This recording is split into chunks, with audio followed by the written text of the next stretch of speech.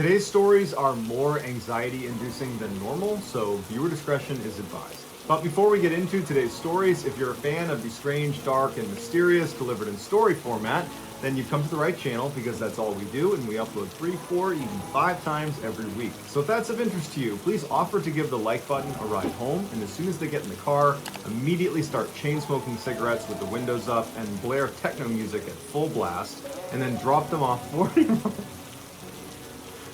I can't even do it. Blare techno music at full blast and then drop them off 40 miles away from their home. Also, please subscribe to this channel and turn on all notifications so you don't miss any of our weekly uploads. All right, let's get into today's stories.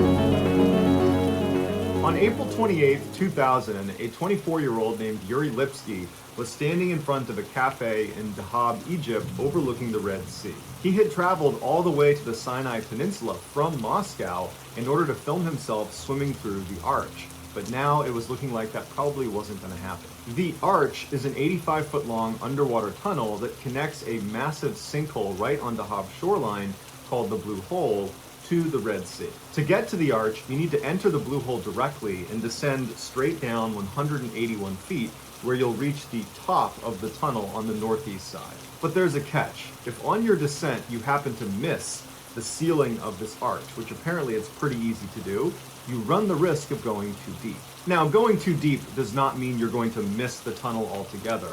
The arch actually starts at 181 feet, but then goes all the way down to 393 feet. So it's a huge, huge opening. The risk of going too deep has to do with how your body responds to the type of gas you're breathing. For those who are unfamiliar with diving, generally speaking, you have 2 types of dives. There's recreational diving, where you breathe the same air that you breathe on the surface. They literally jam air directly into scuba bottles. You breathe that, and you go down to 130 feet. That's the recommended bottom depth that you would go down breathing regular air. And then there is technical diving, where you breathe a special mixture of gases. Typically, it's going to be a mixture of helium, nitrogen, and oxygen that allow you to go below 130 feet. This type of diving is exponentially more dangerous and requires all sorts of additional training. Because the minimum depth you would need to go to in order to access the arch is 181 feet, that puts you well in the technical diving range, which means you should be diving mixed gas and have special training and equipment. But year after year, people try to dive down to the arch and go through it on regular air. And year after year, people die doing it. When your body absorbs too much nitrogen, you can get something called nitrogen narcosis, which is a lot like being drunk. And in extreme cases, divers who get this have been known to remove their mouthpiece and inhale water, believing they are actually on the surface. Below 130 feet, your body absorbs nitrogen much faster, and regular air is a whopping 78% nitrogen. So the risk of getting nitrogen narcosis is exponentially higher if you're breathing regular air below 130 feet. Also, oxygen can become toxic the deeper you go in the water column. It can lead to blackouts and convulsions that if you don't have someone there to literally physically move you up in the water column, you won't recover from it and you'll die. Regular air contains 21% oxygen, which is a lot of oxygen. So if you're diving regular air below 130 feet, you are at an increased risk of developing O2 toxicity. Now, to be clear, it is possible on regular air to dive down to 181 feet and make it through the arch and come out the other side and be just fine. But you're realistically at 181 feet pushing the absolute boundary of what you can get away with on regular air. Below 200 feet, you're probably dead. So if you're attempting to swim through the arch on regular air, you need to be paying very close attention to your depth as you descend so that you don't miss the arch and accidentally drift down below 181 feet to the very deadly 200 feet and beyond. So earlier in the day, Yuri had gone down to the edge of the Blue Hole and he had found one of the diving instructors that taught inside the Blue Hole. His name was Tarek Omar, and he asked him if he'd be willing to take him down to the arch to help him film himself going through the arch. And Tarek said, yes, but I need to train you for 2 weeks before you're going to be considered qualified to do that. And you need a special setup with a special gas mixture to do this dive. And Yuri was like, well, I'm leaving in 2 days to head back to Moscow, so I need to do this dive now. Is there any way you can do it today or tomorrow even? And Tarek was like, no, that's not how this works. And Tarek understood this more than anybody else, because in addition to teaching diving at the Blue Hole, Tarek's job was to dive down to the bottom and retrieve the dead bodies of inexperienced or overconfident divers that attempted the archway and didn't make it. Although there is not an official body count of how many people have perished inside of the Blue Hole, locals believe it's as high as 200 people just in the last decade. After Tarek was unwilling to take him without properly training him and outfitting him with the right equipment, Yuri thanked him and went on to a couple different other diving instructors with the same request. Will you take me in the next couple of days? And they all said, no, we need to train you, and you need special equipment. And so finally, after no one was willing to do this, Yuri just left. Later that day, owners of cafes that overlooked the Blue Hole remember seeing a young man who was by himself walk to the edge of the Blue Hole. He puts on all of his scuba gear, he puts on a helmet and then straps a big camera to the top and ratchets it down. And then after he's got all his stuff on, he jumps into the Blue Hole and he disappears. That man was Yuri. A few days later, Yuri's family back home in Moscow did not see him get off the flight he was supposed to be on, and they reported him missing. Tarek Omar was contacted to go down into the Blue Hole and see if Yuri was down there. Tarek hopped in the Blue Hole, he went to the bottom, and sure enough, lying face down at the bottom was Yuri. When they brought Yuri to the surface, they realized his camera had been running the whole time, and he had actually filmed his final moments. Yuri's final video exists online, so you can watch it for yourself, but here is a description of what happens. After situating his camera on his head just the way he wanted it, he hit record, and then he jumped into the water. It was determined later on that Yuri was breathing regular air out of his tanks. The camera submerges under the water, and then Yuri begins to sink very quickly into the Blue Hole. But his breathing seems normal, and he's not thrashing around, so it seems like it's a controlled descent. But at some point, you hear Yuri trying to activate his buoyancy compensator. Basically, it's this life jacket, to describe it simply, that sits on your gear that you have a demand valve where you can inflate and deflate the air into it to neutralize your buoyancy. Or, in an emergency situation, you can fully inflate it and stop yourself from sinking. In fact, you'll rise to the surface. But he's trying to activate his buoyancy compensator to slow down his descent, and the air is escaping his compensator. There's a leak, he can't slow down his descent. Now, Yuri was wearing a weight belt, which is very common in diving. In fact, I don't really know of all that many dives that you wouldn't use a weight belt. And any diver knows that there is a quick release function on your weight belt. Specifically, if you're in an uncontrolled descent or if you're in an emergency situation and need to get to the surface, you can jettison your weight belt and go to the surface. But Yuri was panicking and he was fixated on his buoyancy compensator that he was desperately trying to activate, and it was failing, and so he's not going for his weight belt. And then he rockets past the entrance to the arch. So he goes below 181 feet, he goes below 200 feet, and he goes all the way to the bottom where he hits the bottom at 392 feet. And then he begins to slide because the bottom of the Blue Hole was actually at an angle, and that archway went all the way to the bottom of the hole. And if you slipped out of the Blue Hole, it was a sheer drop-off for thousands of feet. And you see on camera, Yuri rolls over and he's desperately clawing into the mud to stop himself from sliding out of the Blue Hole to definite death. And he's trying to get himself to stop, and finally he anchors himself in the dirt. And it's calm for a second, and he's kind of looking around. It's very clear he's confused, and then it goes still. And it's believed at this point he either removed his mouthpiece because of nitrogen narcosis, he pulled it out and inhaled water, or he was dealing with O2 toxicity and he blacked out and the mouthpiece came out. But either way, he drowned. Situated an hour's drive from Johannesburg in South Africa lies Sterkfontein Cave. The cave is famous for the fossils that have been found there and also for its underground lake, whose walls look like Swiss cheese. There's all these tunnels that spider all over the place. Many of them are unexplored, and no one knows how deep the cave actually goes. In 1984, cave diver Peter Verhussel, along with two of his friends, decided they wanted to explore these passageways in the lake, and specifically they wanted to check out a chamber called Milner Hall, which was fairly far down in the lake. There was a guideline that was anchored from the surface of the lake all the way down into the different sections that had been explored, and this was so cave divers could hold on to it and make their way through without getting lost. Not that I've ever been cave diving, but from what I've read, there is one golden rule. You never let go of the guideline. And if you do, it better be extremely well planned, and you should do it with other divers present. Peter was a notorious risk taker and was the least experienced cave diver of the three. When they entered the lake, they were all holding the guideline, and Peter was the third back. And so they began descending down into the lake. And at some point, Peter's curiosity got the better of him, and he left the line to go look at the wall where there was, something he wanted to look at. And luckily, the other two divers noticed it, they saw him, and they swam over and got him and brought him back to the guideline. And even though you can't communicate underwater, I'm sure they looked at him like, come on, don't do that. And they kept going down, and then once again, Peter's curiosity gets the better of him. He leaves the guideline and goes over and checks something else out. The other two divers notice again, they turn around, they grab him, and they pull him back. And now they're looking at him like, you can't do this, no more. And so Peter's body language indicated that he got it, and he's back on the guideline, he's not gonna do it again. And they continue down, and they're getting closer to Milner Hall when the first two turn around to check on Peter, and he's gone. And now previously, when they found him those other two times when he left the guideline, he was just over right against the wall, and he was easy to spot. But this time, he wasn't. They're looking around with their lights, and he's nowhere to be found.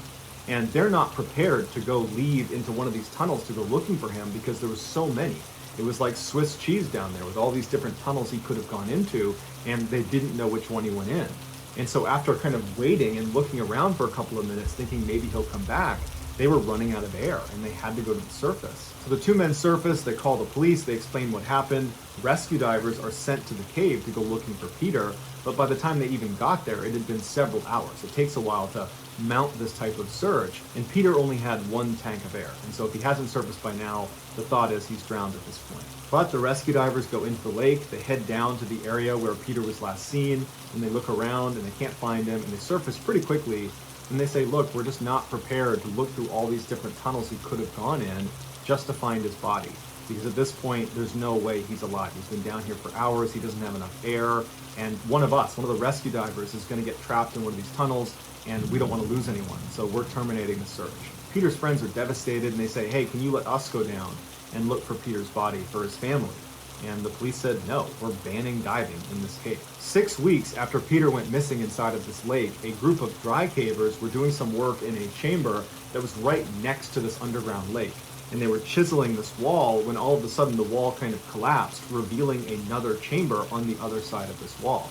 They took their flashlight out and they looked inside, and it looked like a tunnel that kind of weaved around the corner. And they shined their light on the ground, and it looked like there were some muddy or sandy footprints that were left as if someone had been walking right there. The cavers were initially terrified, the idea that there's anything living behind the walls inside of a cave. But they stepped over and they walked around the corner, and it revealed this huge air pocket that clearly was connected to the underground lake, because there was water right in the middle of this air pocket, and there was no other way in besides, this wall that's collapsed. And in the middle of the water, there was this island. It was like this sandy, muddy, rocky island right in the middle of this air pocket. And laying on the island was Peter. In a stroke of luck, after Peter went missing from his dive, he had discovered this air pocket, and he had surfaced and climbed onto this island. He knew he didn't have enough air in his air tank to get to the surface again, and so he figured, okay, I'll just sit on this island. There seems to be enough air in here for me. I'll wait until my dive buddies invariably go get help and come down here and rescue me. He sat inside of that air pocket for 3 weeks, waiting for a rescue that never arrived. Before he ultimately died of starvation, he wrote a message in the sand to his mother and to his wife, telling them that he loved them. To this day, diving is still prohibited inside of Sterkfontein Cave. A little after 1:30 in the morning on June 17, 2017, 34 U.S. Navy sailors were asleep inside of berthing compartment number 2 on the USS Fitzgerald.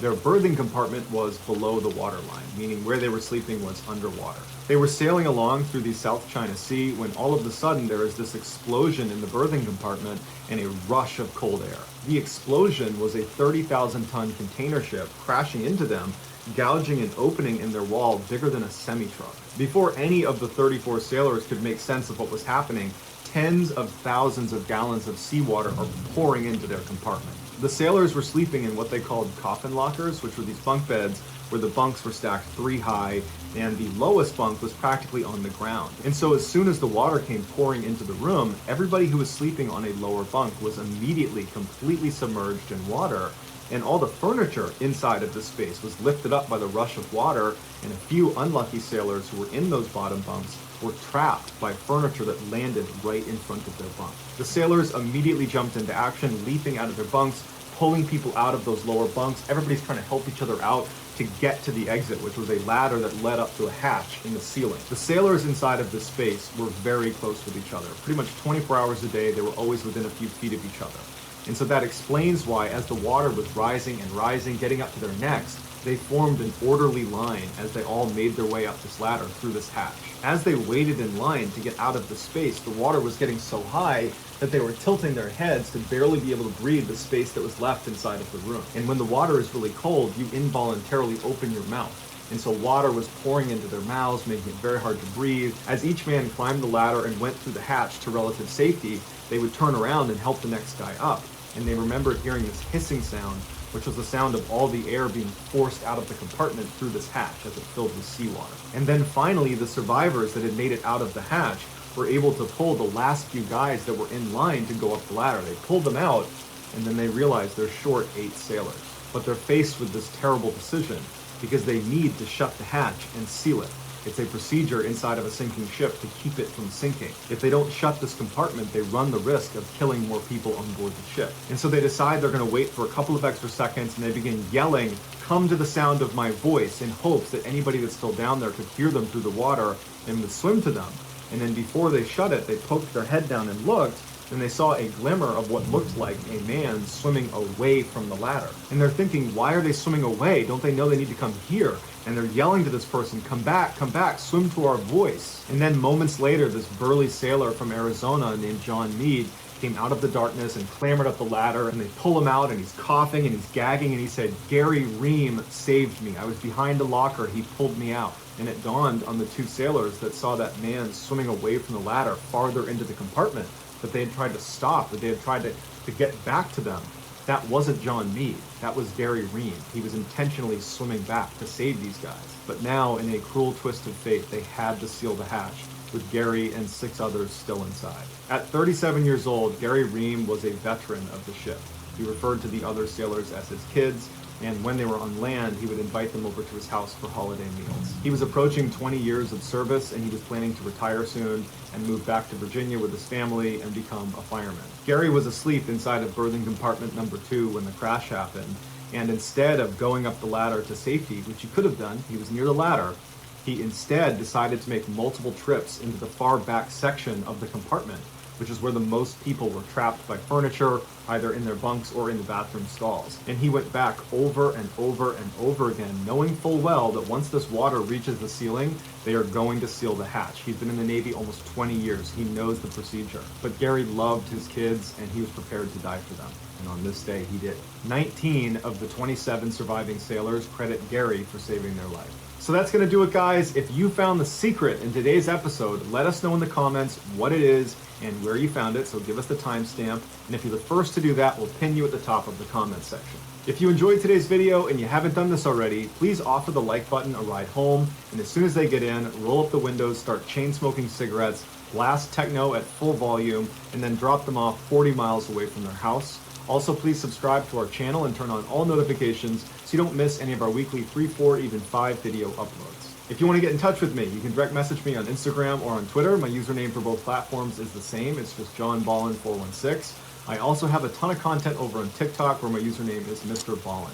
If you have a story suggestion, please submit it to our subreddit just called Mr. Ballin. It's linked in the description below. So whether I see you on Instagram, Twitter, TikTok, Reddit, YouTube, or some combination, just know that I really appreciate your support, and until next time, that's going to do it. See you.